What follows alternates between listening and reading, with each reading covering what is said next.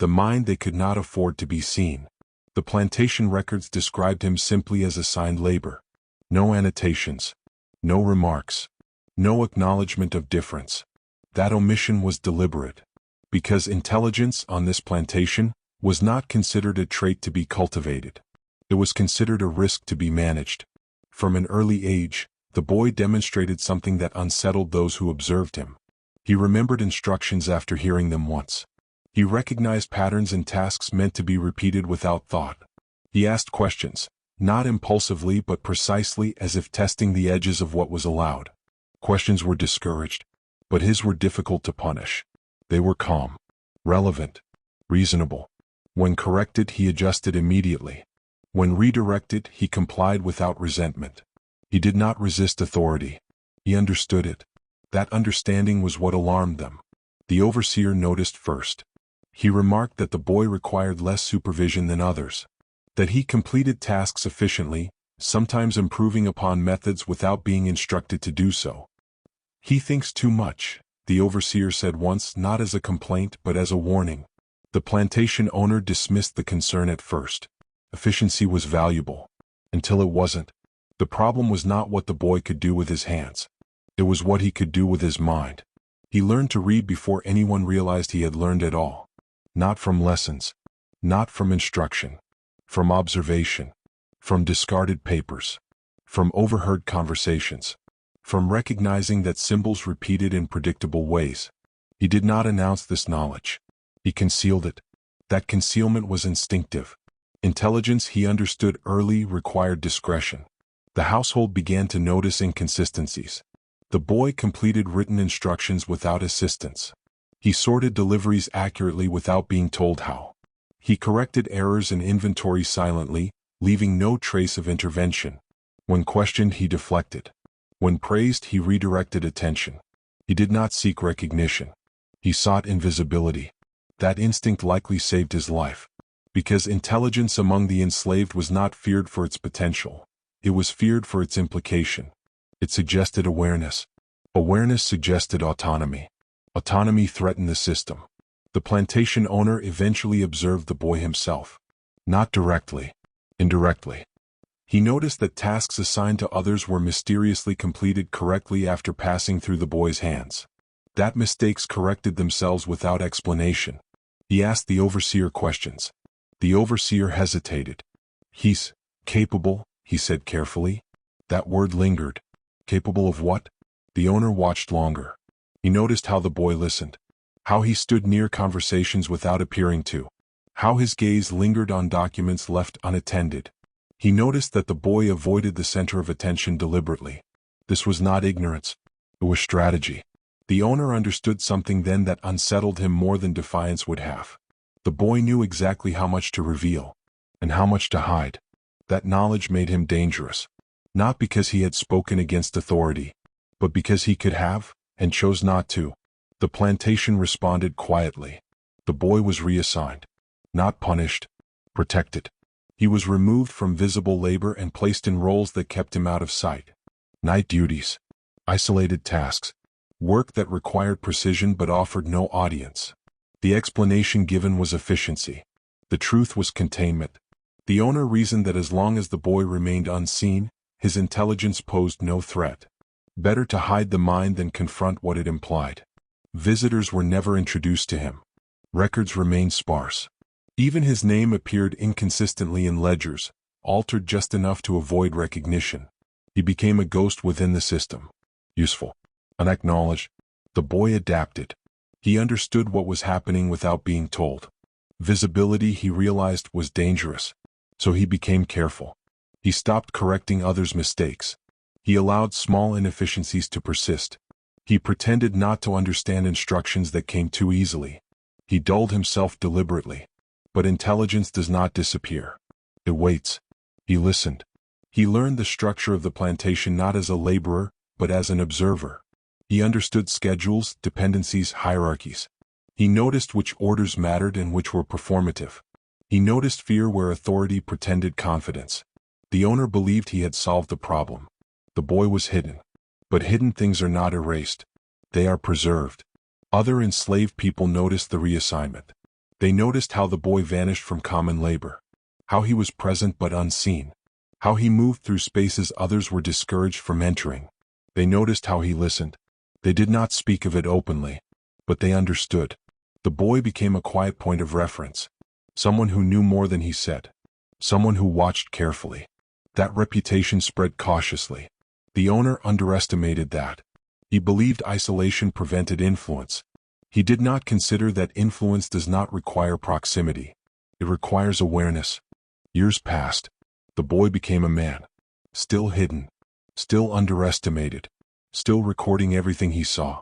The plantation continued functioning, unaware that the most dangerous thing it had produced was not rebellion, but comprehension. The owner believed control depended on ignorance. He was wrong. Control depends on limiting what others know about themselves.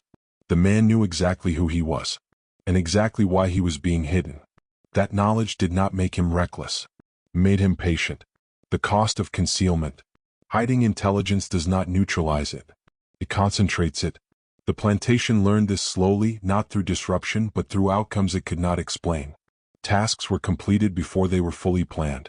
Errors corrected themselves. Schedules adjusted without instruction. The system worked, sometimes better than before, yet no one could identify why. The owner attributed this to discipline. Discipline was comforting. It implied control. What he did not see was that concealment had changed the man he thought he had contained. Removed from visibility, the man had gained something rare on the plantation: uninterrupted observation. He watched how orders moved through layers, how intent changed between command and execution. He noticed which rules were enforced rigidly and which bent when inconvenient. He learned the difference between authority that mattered and authority that merely spoke loudly. This knowledge was not academic. It was practical. He learned which schedules were fragile, which dependencies could not tolerate delay, which individuals carried real influence without titles. He learned where fear lived, and where it did not. Because he was hidden, he was trusted with things others were not: keys, records, errands that required discretion. Not because he was respected, but because he was assumed harmless. That assumption was useful. He did not challenge instructions. He refined them. When asked to deliver messages, he chose timing carefully. When assigned to prepare materials, he adjusted quantities slightly. Never enough to be noticed, always enough to smooth a process or reveal a weakness. Small interventions. Invisible ones. The plantation mistook improvement for stability.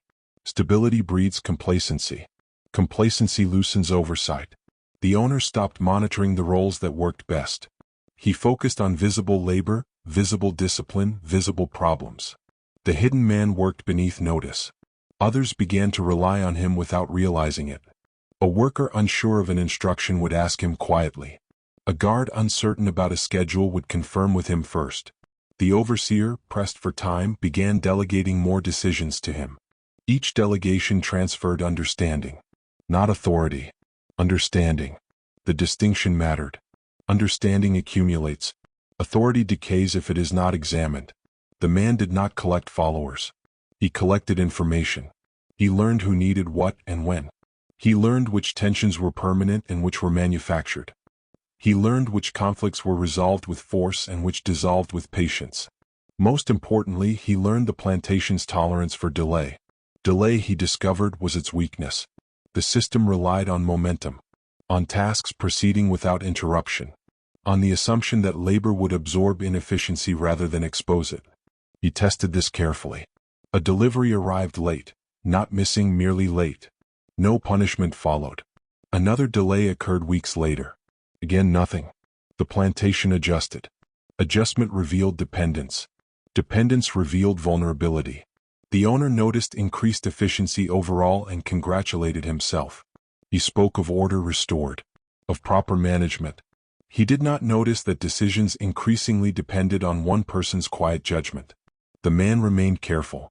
He did not push outcomes toward chaos. He smoothed edges. He prevented obvious failures. He understood that overt disruption would bring scrutiny. His influence worked best when it appeared helpful. Over time, patterns shifted. The overseer began consulting him before issuing certain orders. Guards altered patrols based on his quiet suggestions. Supplies were routed through him because mistakes decreased when they were. No one named what was happening. Naming invites accountability. Instead, it became habit. Habits are harder to reverse than rules. The plantation began to function around his presence. That was the consequence of concealment. By hiding intelligence, the owner had removed it from challenge. Unchecked intelligence adapts. The man understood the danger of recognition. He avoided praise. He declined proximity to authority. He framed his contributions as assistance rather than decision-making. He let others take credit. Credit invites ownership. Ownership invites scrutiny. He needed neither. Among the enslaved, awareness grew, not of his intelligence but of his reliability. Problems resolved when he was involved. Confusion clarified. Risks diminished. People adjusted their behavior accordingly. They waited for his signal before acting. They sought his interpretation of changes. They trusted his assessment of safety. This trust was not organized, was organic. The owner would later mistake it for loyalty to the plantation. It was not. It was loyalty to outcomes. Outcomes that preserved stability without exposing those who relied on them. The plantation reached a moment of strain during a season of shortages. Supplies were miscounted. Orders conflicted. Tensions rose. The owner demanded explanations. None satisfied him. He intervened personally, issuing directives that contradicted existing plans. The man adjusted again. He resequenced deliveries. He redistributed labor. He delayed certain tasks to protect others. The crisis passed. The owner took credit. He congratulated the overseer. He never asked who had actually solved the problem. That omission was another transfer of power. Not formal power. Functional power. Functional power operates quietly. It is exercised through timing, interpretation, and restraint. The man had learned all three. He also learned restraint's limit. There were lines he would not cross, not yet. Not because he feared punishment, but because premature exposure would collapse the space he needed. He waited. Patience, he understood, was not passivity. It was positioning. The plantation continued to rely on him more deeply. The owner, sensing improvement but not understanding it, grew less vigilant. He delegated more. He trusted outcomes rather than processes. Processes are where intelligence hides. Outcomes are where authority claims credit. The man worked within processes. That was where change lasted. Eventually, a visitor noticed something unusual. "Who manages your logistics?" he asked casually. The owner hesitated. Management, he insisted, was centralized. The visitor smiled politely. "Then you have an exceptional system," he said. "It adapts quickly." The owner accepted the compliment. He did not investigate it. The man heard of the conversation later. He adjusted. He became quieter. He redirected responsibility outward. He reduced visible influence without reducing effect. Concealment had taught him something essential.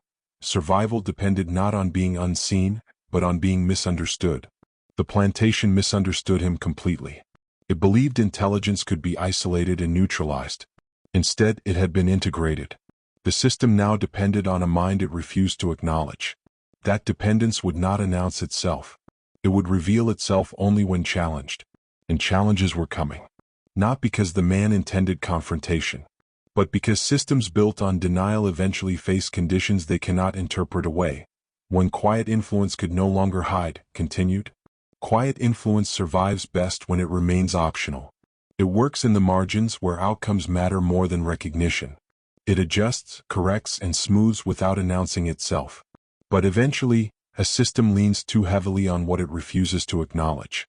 And when that happens, invisibility becomes impossible. The plantation reached that point gradually. At first, it appeared as coincidence. Decisions aligned too well. Problems resolved before escalating.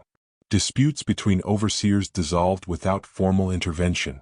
Supplies arrived where they were needed, when they were needed, even as external conditions worsened. The owner praised the estate's natural efficiency. Efficiency, he believed, was proof of discipline. He did not consider that discipline alone does not adapt. Intelligence does. The man had become indispensable without being visible. That paradox sustained him for years. But indispensability creates pressure. When outcomes depend too consistently on a single, unacknowledged source, patterns emerge. Others began noticing. Not the enslaved first, They had already adjusted to his presence, already trusted his judgment without naming it. It was the overseers who felt it next. They noticed that when they acted without consulting him, mistakes followed. That when he was absent, routines frayed. That schedules he had once touched worked better than those he had not. They did not understand why, but they adjusted their behavior accordingly. They sought his confirmation before finalizing plans. They delayed decisions until he returned. They asked questions indirectly, framing them as clarifications rather than requests. This subtle dependence changed the plantation's internal balance. Authority still spoke, but intelligence guided. The owner sensed something wrong, not through evidence but through intuition. Systems he understood well enough to command were now behaving in ways he could not fully explain. Control felt mediated. He began asking more questions. Who adjusted the delivery routes? Who coordinated the night shifts? Who resolved disputes before they reached him? Answers were vague. Everyone, the overseer said once. That answer did not satisfy him. Because systems do not self-correct indefinitely. They require design. Design implies designer. The owner watched more closely. He noticed how often instructions passed through the same hands. How often that man was nearby when decisions shifted quietly. How rarely problems escalated in his presence. He noticed finally what he had avoided naming for years. The man was thinking, not reacting, anticipating. That realization unsettled him more than defiance ever could have. Defiance is visible. It can be crushed. Anticipation undermines authority before it asserts itself. The owner confronted the overseer. You rely on him, he said flatly. The overseer hesitated. He's useful. Useful. The word returned heavier now. The owner demanded demonstration. He ordered a sudden change, an unnecessary one. A shift in schedule that contradicted established routines. The intention was simple. Observe the response. The man noticed immediately. He did not object. He adapted. He adjusted labor assignments subtly. He compensated for the disruption without correcting it outright. He prevented visible failure while allowing inefficiency to surface just enough to be felt. The result was confusion. The plantation did not collapse, but it strained. The owner blamed execution. He ordered another change. This time the man delayed. Not openly. He interpreted the order narrowly. He implemented it only where required, preserving existing structures elsewhere. The plantation stabilized again. The pattern was undeniable. The owner understood then that the man was no longer merely correcting mistakes. He was choosing which mistakes to allow. That was control. Not formal. Functional. And functional control is the most dangerous kind, because it does not announce itself. The owner made a decision. He would expose the man. Not to elevate him. To neutralize him. Exposure, he believed, would strip the man of discretion. Once seen, he could be reassigned, isolated, diminished. But exposure requires justification. The owner could not simply accuse him of intelligence. That would acknowledge what the system denied. Instead, he framed it as overreach. You are exceeding your role, he said one evening, summoning the man unexpectedly. The man listened calmly. I'm completing assigned tasks, he replied. The owner pressed. You are interpreting instructions. The man nodded. As required. The conversation stalled. Because interpretation was unavoidable. The owner realized he had no grounds. Every action taken by the man could be justified as compliance. That was the brilliance of it. The intelligence had been exercised within the rules. The plantation had taught him those rules. The owner changed tactics. He reassigned the man abruptly, removed him from processes he influenced most. Without the man's quiet coordination, inefficiencies multiplied.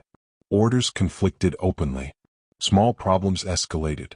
The plantation felt the absence immediately. The overseers complained. The owner dismissed them. But outcomes worsened. Not catastrophically. Persistently. Persistence erodes denial. The owner returned the man to limited duties. Not fully, but enough. The system stabilized again. This time the dependence was undeniable. The owner had attempted to erase influence. He had revealed it instead. Others noticed too.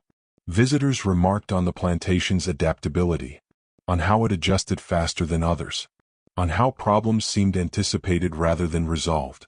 The owner accepted the praise with discomfort. Praise confirmed what he feared. The man had become visible without being named. Visibility changed the equation. The man understood this shift as well. He recognized that his influence was no longer optional. The plantation now relied on him structurally. He adjusted his strategy. He stopped smoothing everything. He allowed certain inefficiencies to persist, not to cause harm but to make dependence visible. He let the system feel its own imbalance. That imbalance forced acknowledgement, not of him, of intelligence. The owner could no longer pretend intelligence had been neutralized. He had hidden it. In doing so, he had allowed it to grow unchecked. Unchecked intelligence adapts faster than authority. The owner faced a dilemma. To confront it openly would challenge the foundation of the system. To ignore it would surrender control. He chose the third option. Containment through proximity. He brought the man closer. Not as recognition, as surveillance. The man accepted. Proximity offered insight. Insight offered leverage. The plantation had reached a threshold. Quiet influence was no longer invisible. It was structural. And structures cannot be unlearned. What the owner did not realize was that this shift had already extended beyond the man. Others had learned from his example. They had seen how intelligence could move without announcement. They had learned to think in margins, to adapt quietly, to observe before acting. The plantation had taught them this inadvertently. Now it faced a population less predictable, more aware. The intelligence they tried to erase had not surfaced as rebellion. It had surfaced as understanding. Understanding spreads. Not loudly. Inevitably. When power stepped forward and found its limits, the plantation had always relied on distance. Distance between decision and consequence. Distance between command and labor. Distance between authority and understanding. When intelligence moved quietly, distance protected power. Now distance was failing. The owner decided that if influence could no longer be hidden, it would be confronted, not subtly but visibly. Visibility, he believed, would restore hierarchy. Force would remind everyone where authority lived. The plantation shifted tone. Orders were no longer passed indirectly. They were announced, repeated, emphasized. Overseers were instructed to be present more often, to observe rather than assume. Lanterns appeared at night where darkness had once been routine. Guards lingered longer. Movement was tracked more deliberately. This was meant to intimidate. Instead, it clarified. Those who lived under the system understood something immediately. Power had stepped forward because it was uncertain. Certainty does not announce itself. The man recognized this before anyone else. Visibility changes behavior on both sides of authority. When power watches openly, it also reveals what it fears. The plantation's response was methodical. Processes were centralized. Decisions that once flowed through informal channels were redirected upward. The owner demanded reports, explanations, documentation. Efficiency declined. Not because people resisted, but because visibility slowed everything. Every decision now required approval. Every adjustment invited scrutiny. Flexibility evaporated. The plantation had traded adaptability for control. Control proved expensive. The man was kept close, not honored, monitored. He was asked to explain his methods, to justify outcomes, to account for decisions he had never been credited for before. He answered calmly, truthfully, within limits. He did not deny his role. He reframed it. I followed instructions, he said. I anticipated needs. Anticipation unsettled the owner. Anticipation implied foresight. Foresight implied intellect. Intellect, in this context, was not supposed to exist. The owner increased pressure. He corrected publicly. He issued contradictory orders to test obedience. He attempted to reassert dominance through unpredictability. Unpredictability, however, works only when those beneath it lack context. The man had context. So did others now. They watched authority stumble over its own visibility. They noticed how often instructions changed, how frequently corrections were made. They noticed fear disguised as firmness. The plantation attempted punishment. Not severe. Demonstrative. A reprimand here. A reassignment there. A reminder of consequence. The man absorbed it without reaction. That restraint unsettled the owner more than protest would have. Punishment relies on reaction. Reaction confirms hierarchy. Without reaction, punishment loses meaning. Others followed suit. They complied outwardly while adjusting internally. They followed orders exactly as given, not as intended. They waited for clarification instead of improvising. The plantation slowed further. The owner blamed incompetence. He replaced overseers. The problem persisted. Because the problem was not personnel. It was structure. The plantation had been operating on an unspoken understanding. Intelligence existed, but it would remain unseen. Once that understanding was broken, nothing replaced it. Visibility stripped power of its myth. Authority was no longer an abstract force. It was a series of decisions, some flawed, some rushed, some contradictory. People noticed. They began comparing. They began remembering. The owner attempted a final assertion. He publicly removed the man from any position of influence. The reassignment was symbolic, visible, intended to demonstrate control. The effect was immediate, and not as planned. Processes faltered. Not catastrophically. Noticeably. Errors accumulated. Delays lengthened. Confusion spread. The owner insisted the system would adapt. It did not. Because the system had adapted around the intelligence it refused to acknowledge. Removing the man exposed how much depended on him. The owner faced a choice he had avoided for years. Acknowledge intelligence, or dismantle the structure it supported. He chose neither. Instead, he compromised. The man was returned to limited duties. Not central, but present. The plantation stabilized again. This time, no one pretended not to understand why. Authority had revealed its limits. It could punish. It could observe. It could assert. But it could not replace understanding once lost. Others learned from this episode. They learned that visibility protected as much as it threatened. That being watched limited excess.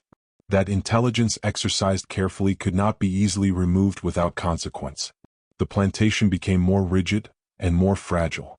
Rigid systems break under pressure. The owner felt the loss acutely. He had ruled for decades through assumption. Now, assumption required maintenance. Maintenance drained authority.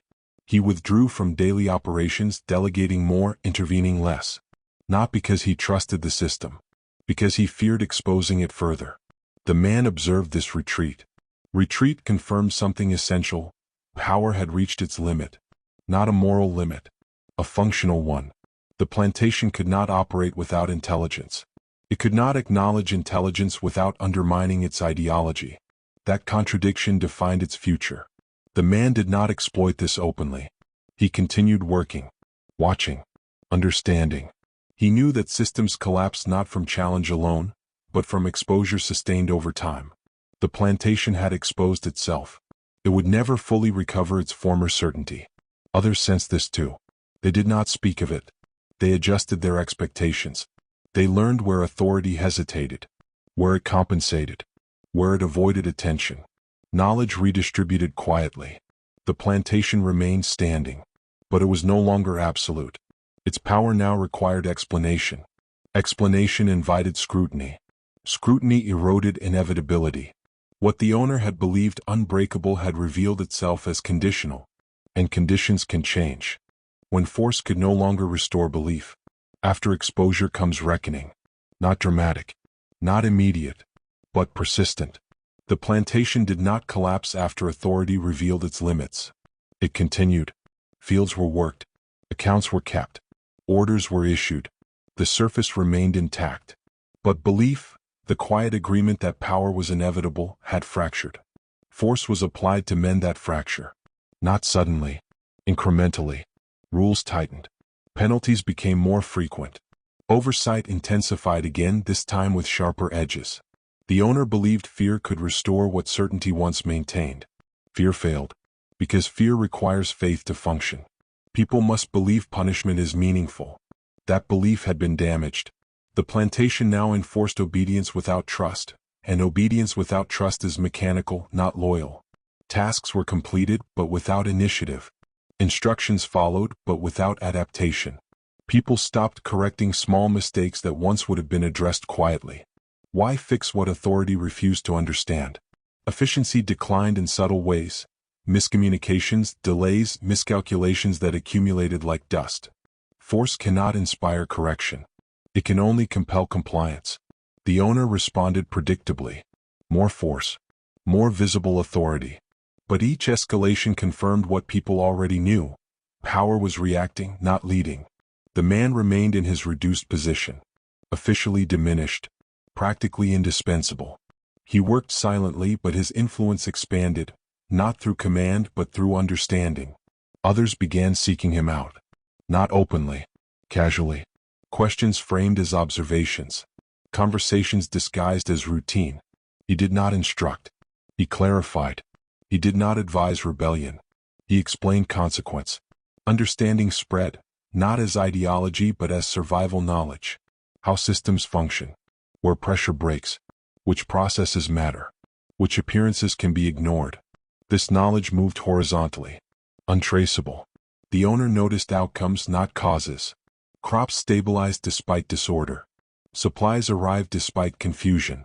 Problems resolved themselves before escalating. The plantation was being maintained by something authority could not see. This unsettled the owner deeply. He attempted isolation again. Restricted communication. Separated labor groups. Rotated overseers. The strategy backfired. Isolation disrupted routines but not understanding. Knowledge had already dispersed. You cannot isolate what no longer resides in one place. Force intensified. Punishments became harsher, not because resistance increased but because belief decreased. The owner needed visible consequence to reassure himself. People absorbed punishment differently now. Not as correction, as confirmation. Each act of force reinforced the understanding that authority no longer trusted itself. Fear no longer silenced questions. It sharpened them. Why so much control? Why now? Why this insistence? Questions remained unspoken, but they shaped behavior. The man understood this shift precisely. He had seen systems elsewhere collapse not from revolt, but from inefficiency, from exhaustion, from overextension. Force consumes energy. Understanding conserves it. He began shaping survival beyond the plantation's boundaries. Not escape. Preparation. He shared knowledge that translated beyond this place. Accounting skills. Planning. Literacy disguised as memorization. People learned to measure, to calculate, to anticipate. Skills that could exist anywhere. Authority cannot suppress transferable intelligence. The plantation began exporting competence it could not contain. People were sold, relocated, reassigned. They carried understanding with them. Not defiance. Capability. This was the plantation's quiet failure. It trained survival without intending to. The owner sensed loss but could not locate it. He blamed external pressures. Markets. Weather. Politics. He did not recognize internal migration of intelligence. Force increased once more. This time it disrupted production. Overseers clashed. Orders contradicted. Punishments escalated into chaos. The system strained under its own enforcement. The man was summoned. Not to lead. To explain. Explanation, however, requires acknowledgement. Acknowledgement threatens ideology. The owner listened and rejected what he heard. Understanding was not the answer he wanted. Control was. He dismissed the man again. But something had changed irreversibly. Authority had sought understanding and refused it. That refusal echoed. People adjusted expectations. They no longer believed improvement would come from above. They invested in themselves, in each other. Survival planning replaced compliance. This was not rebellion.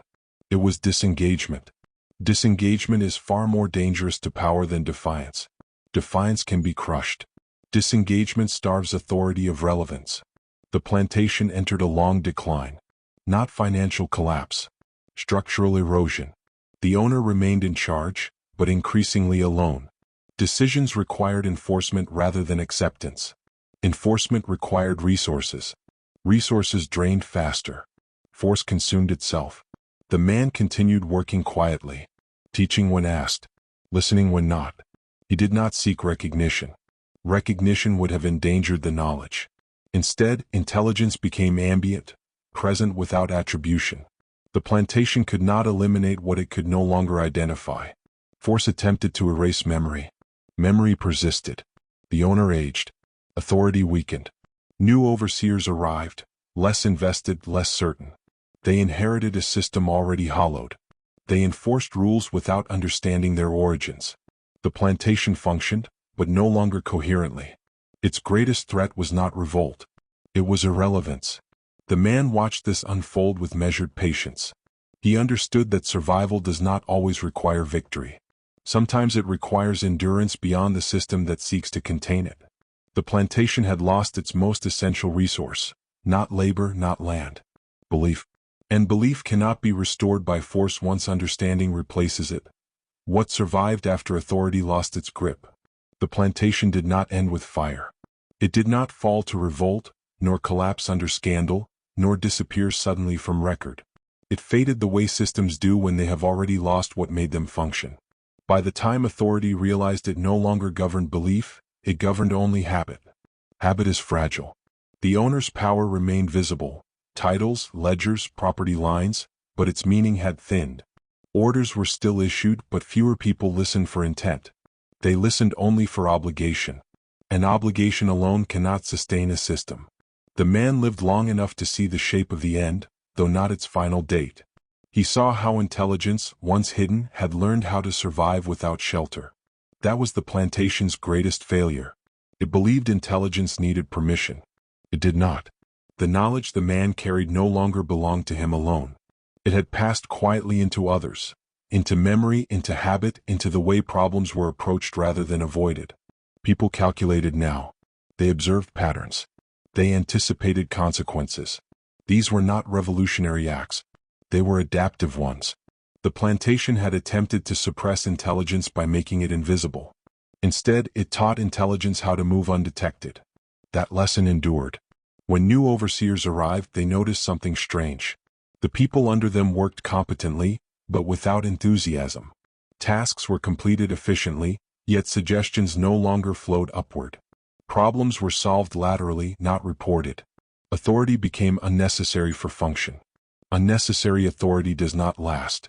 Records from the later years show declining output, despite stable conditions. There were no singular disasters to blame. No drought severe enough. No market collapse decisive enough. Just a steady erosion.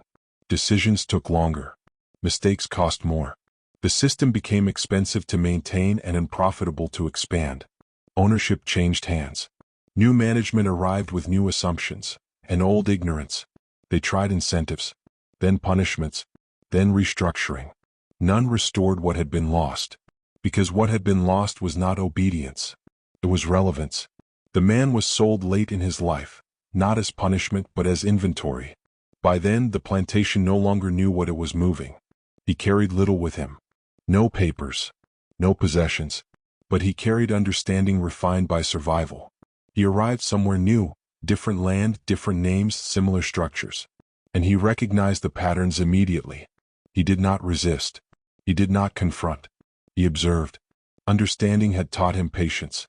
He applied intelligence where it mattered, quietly correcting inefficiencies, easing tensions, preventing small failures from becoming visible ones. Authority elsewhere benefited from his competence without recognizing its source, just as before. But this time intelligence moved faster. It had learned how.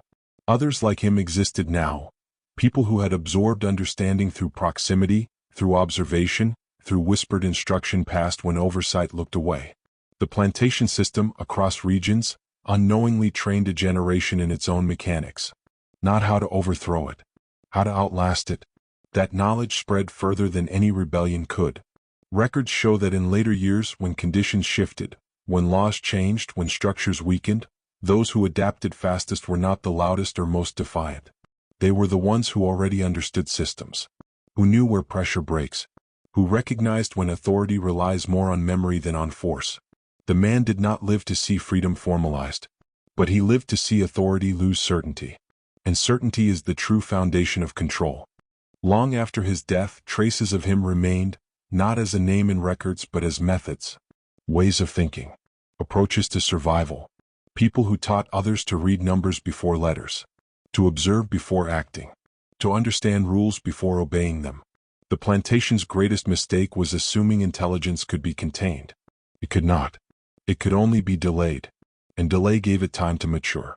In later accounts, historians would search for moments of resistance, Riots, escapes, confrontations. They would miss the quieter transformation, the internal shift from obedience to calculation, from submission to strategy. That shift began the moment intelligence was hidden rather than destroyed, because hiding acknowledges value, and value seeks expression. Authority lost its grip not when intelligence was exposed, but when it survived invisibility. The plantation system eventually dissolved, as all such systems do, under pressures too complex to manage with force alone. What survived was not vengeance, not chaos, but understanding. The man had once been hidden from the world to prevent him from shaping it. Instead, he shaped it invisibly, by teaching others how to see it clearly. And that knowledge did what force never could. It endured.